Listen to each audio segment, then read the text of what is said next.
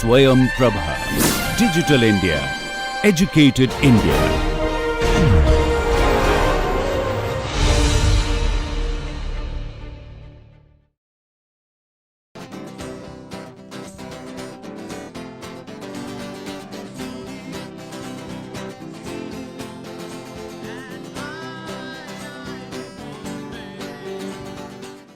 Hello and welcome to today's lecture of Introduction to Mechanobiology.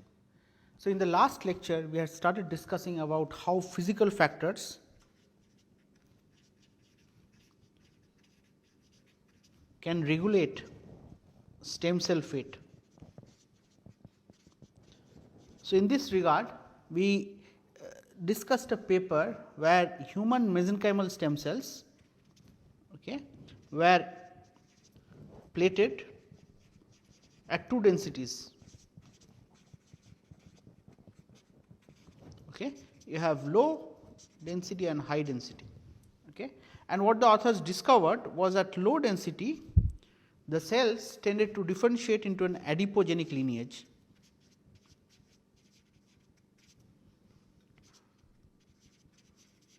and on high seeding density they differentiated into an osteogenic lineage. So, of course, you have soluble factors add to the final differentiation state.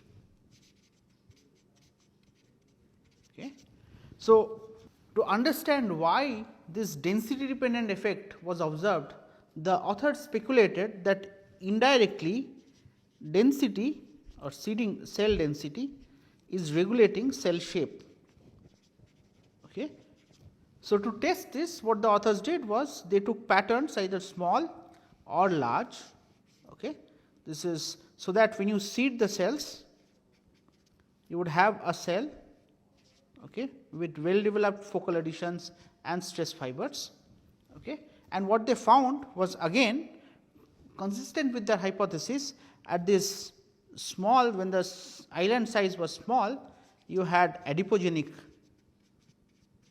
differentiation, and on this osteogenic differentiation. So, if they on the bigger islands, if the cells treated with Y27632, which is a Rho kinase inhibitor, so what they found was increase in adipogenic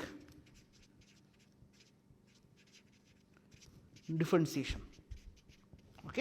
So, together what these studies suggest is you have cells. So, if I take an HMSC, you have two regulators of this differentiation fate, one being cell shape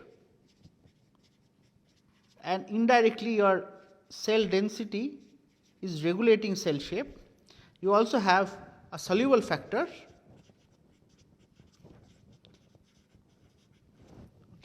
and internally what they do is they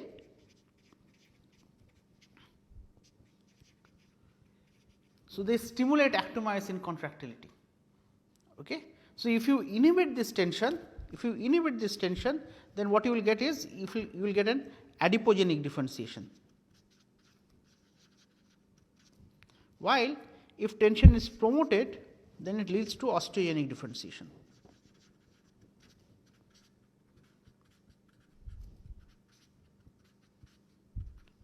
So, this study shows how you can have a physical factor like cell shape regulate the differentiation fate of stem cells. Now, in this study the authors are actually used islands of different shapes and sizes. You had a circular island or you have rectangular islands. So, there is a possibility that this difference that the authors observed is because of this shape also. How would you, so here both area and shape were varying. So, how would you speculate would happen to MSC fate on shapes of identical cell area. Okay.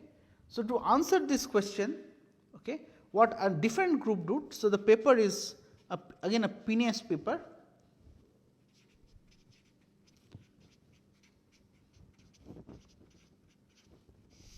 Okay.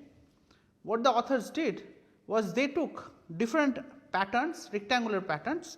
Okay. You have a rectangular pattern, and what you do is you keep changing the aspect ratio. So, your aspect ratio is changing,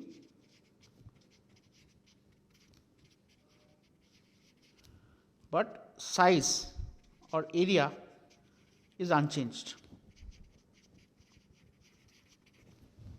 Okay. So, similarly, so this was one set of geometries that the authors chose. In another set of geometries, what they did was they took a pentagon and then they generated two different geometries from it, one in which they rounded the interior to form a star shaped, okay, or they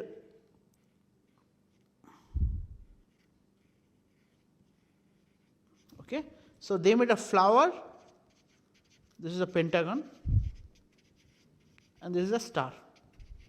Okay. So, you in both these cases you have different shapes, but identical areas.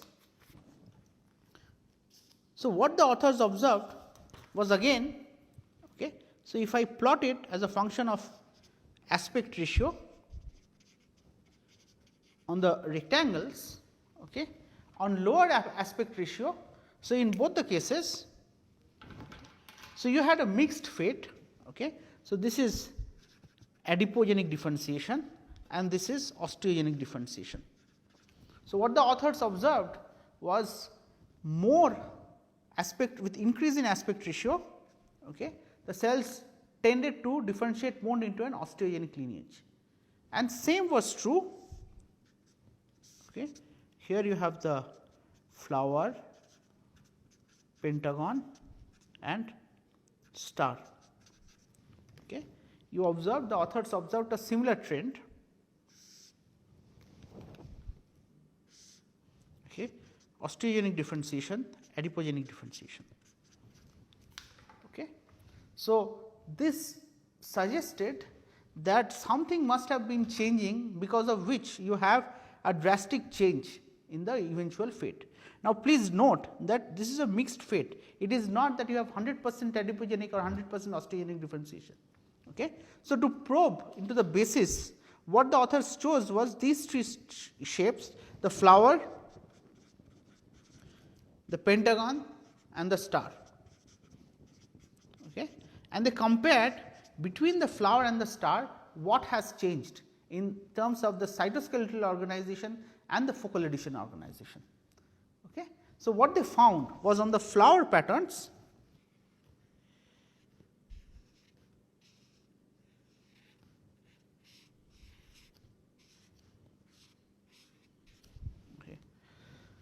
okay, on the flower patterns. So, if I were to draw a heat map,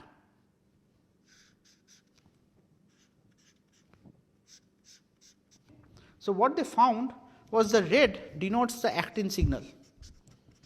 Okay, on the flowers you had increased actin signal on these edges, okay, but for the star shaped,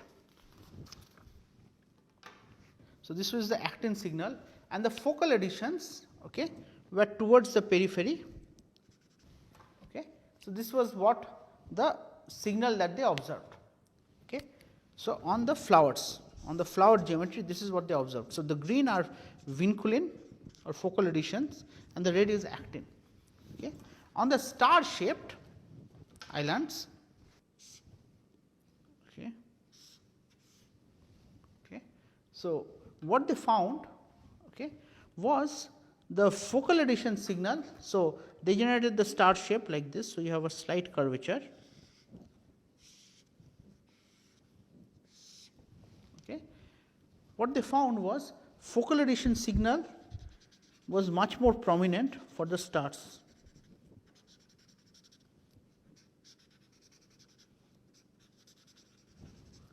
Okay. And accordingly, the stress fiber signal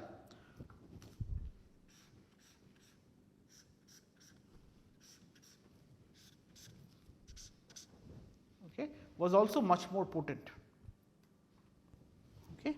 So, what you see is the differentiation is associated with cytoskeletal and focal adhesion organization.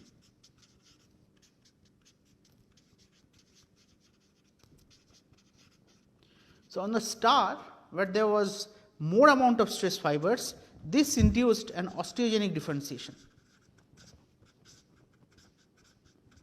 Okay. While on the flower you had an increased precedence of adipogenic differentiation. And consistent with this and consistent with the idea that increase in tension stimulates osteogenic differentiation, you had lesser tension or lesser accumulation of stress fibers in case of flower shaped patterns and greater stress fibers and bigger focal adhesions in case of the star shaped patterns. Okay. So, this once again demonstrates the fact that cell shape is a key determinant of stem cell fate. Okay.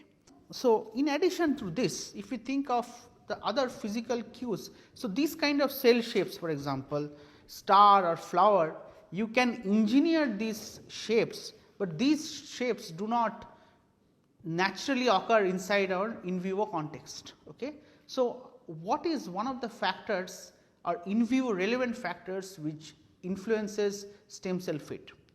And one of such factor is the stiffness of the tissue.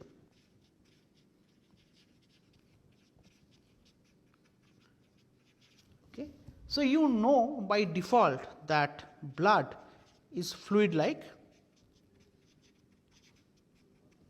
okay. Brain is soft, but it is stiffer than blood, okay, because blood is like a fluid. Okay. Muscle tissue is stiffer than brain, and of course, the stiffest is bone. Okay. So, if I were to draw a stiffness scale, you have brain, muscle and bone which have distinct mechanical properties. Okay. Brain is soft. By soft I mean order 1 kilopascal. Okay. Muscle is intermediate stiffness, order 12 kilopascal. Okay. And bone, rather collagenous bone, is stiff, it's order 100 kilopascals. Okay. So, you see there is a natural increase, orders of magnitude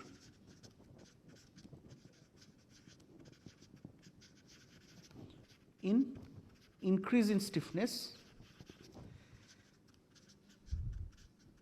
in vivo. So, adult stem cells, they exist in all these tissues. Is it possible that these stem cells are influenced by this property of stiffness? Okay. One of the very first studies which was attempted to understand this question was done by Yuli Wang. Okay. So, what he did was he created two substrates. Okay. He used two substrates, one was soft and one was stiff. Okay. And on these he plated fibroblasts as well as epithelial cells. Okay. And he asked that what is the dependence of cell spreading on these substrates. Okay. And what he found was the same cells on a soft environment exhibit much smaller or more rounded and exhibit smaller cell areas, while the same cells on a stiff matrix tend to exhibit much more elongated. So, this is more rounded phenotype, more elongated phenotype on stiff surfaces. Okay, so, there is increase in stiffness drives increase in cell spreading, and this increase in cell spreading on stiffer surfaces, okay, is associated with increased in focal adhesion size,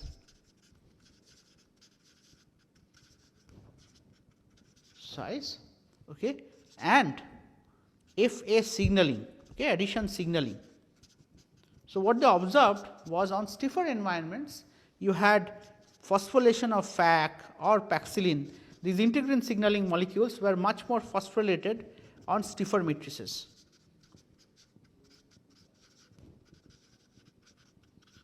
Okay. So, their expression was upregulated on stiffer matrices.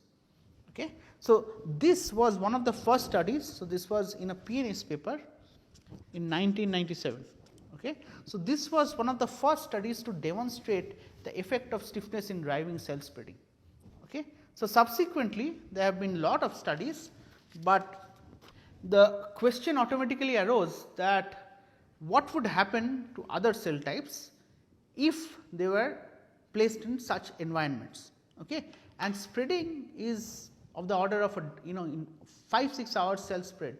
What would happen to longer time events? Okay. A subsequent study working on muscle cell differentiation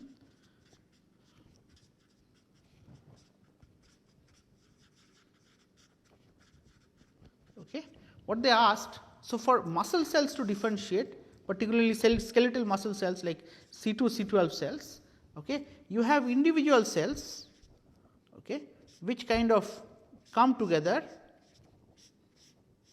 okay, and then they eventually these guys fuse to form a multinucleated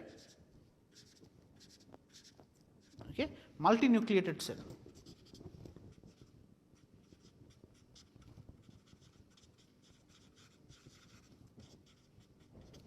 Okay. So, here by blue these are the nuclei, and then after forming these multinucleated structures, these guys differentiate to form myotubes, okay, where you can see the banded structure, also referred to as striations. Okay.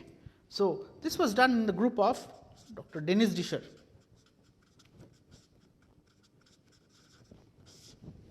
Okay. So, what the study demonstrated was if you took different substrates okay, from soft to stiff all the way to stiff okay, and you on these gels, what the authors did was they patterned these islands. Okay. So, these are ECM coated islands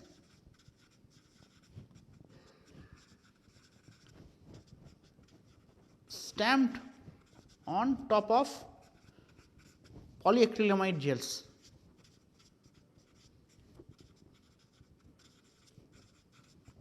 Okay.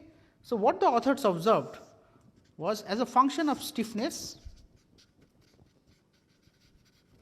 okay, and as a function, so the y axis was striations. Okay. What they observed was as a function of stiffness, you see at early time points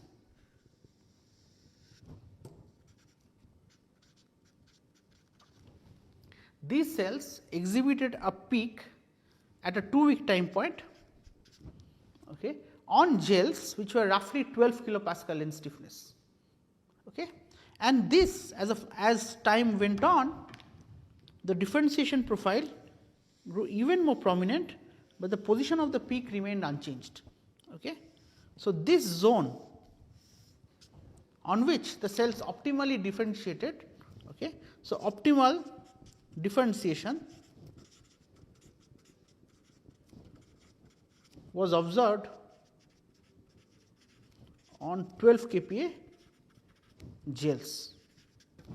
Okay. So, the obvious question was why is it that the cells are exhibiting maximum striation or maximum reorganization on these matrices. Okay. So, what the authors did was they excised muscle tissue okay, and measured its stiffness. Okay. And what the authors found was the stiffness of muscle tissue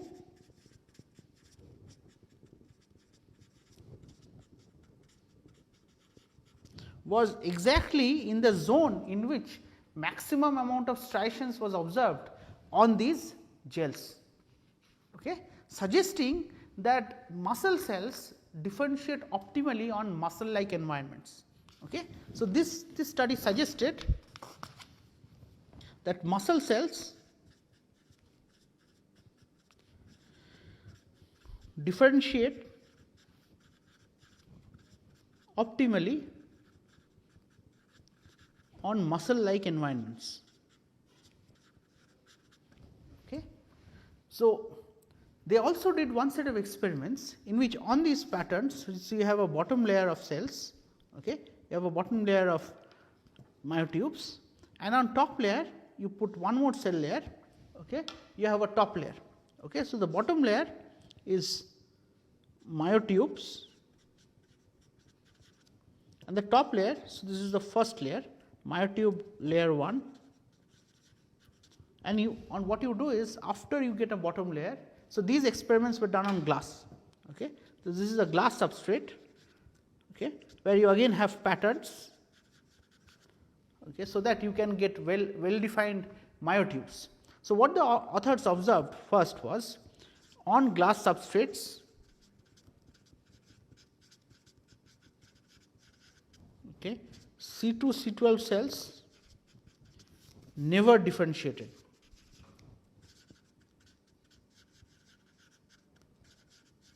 Okay.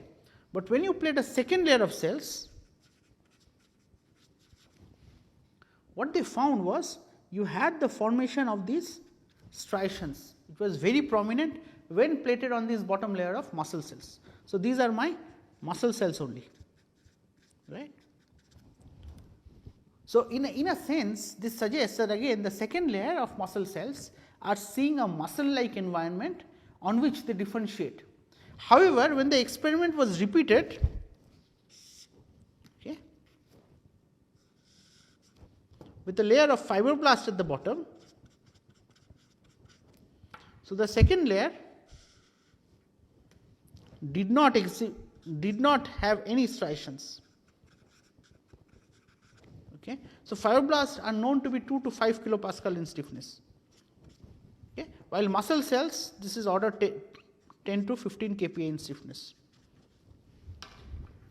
Okay. This once again reinforces the idea that muscle cells differentiate optimally when placed on a muscle like environment. Okay. So, both these studies reaffirm this phenomena that these muscle cells behave like muscle cells or become functional muscle cells when they are placed in a muscle like environment. Okay. So, subsequently based on these works there was experiments done by Helen Blau. Okay. So, what she did was she took skeletal muscle cells once again, she conditioned them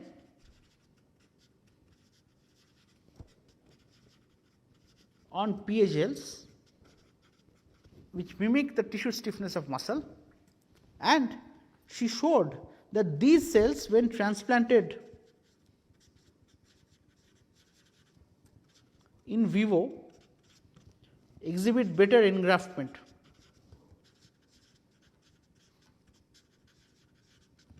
Okay. So, all these studies suggest that cells tend to have a preference for certain kinds of environments. Okay. So, this raises the question, what about stem cells? Okay. What about stem cells?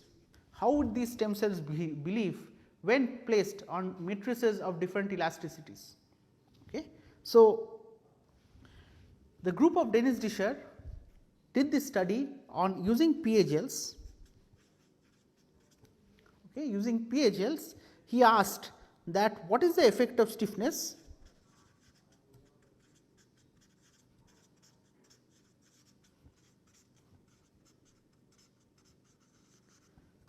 on human mesenchymal stem cell fate, okay, This was the question that they asked. Okay. So, this is a landmark paper. This has been published in Cell 2006. Okay. This would be part of your reading assignment. I will stop here and I would start with this paper in the next class. Thank you for your attention.